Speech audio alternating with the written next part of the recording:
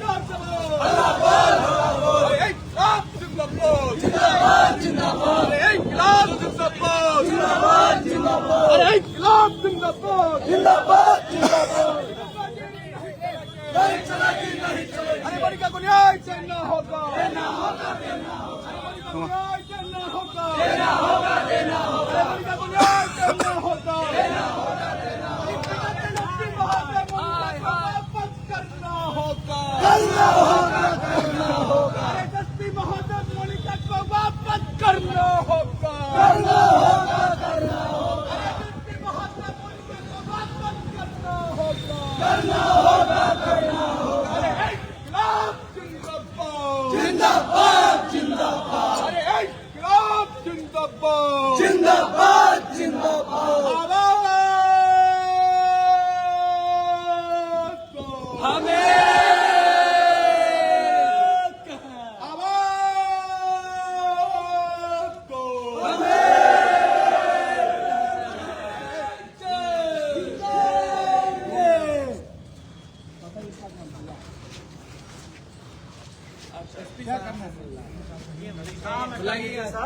हवा में आने दीजिए भैया, ए भैया, सरदार जी आए हैं, छाव में आने दीजिए, आ जाइए। छाव में आने दीजिए, रौदा है ना, बहुत ज्यादा है ना।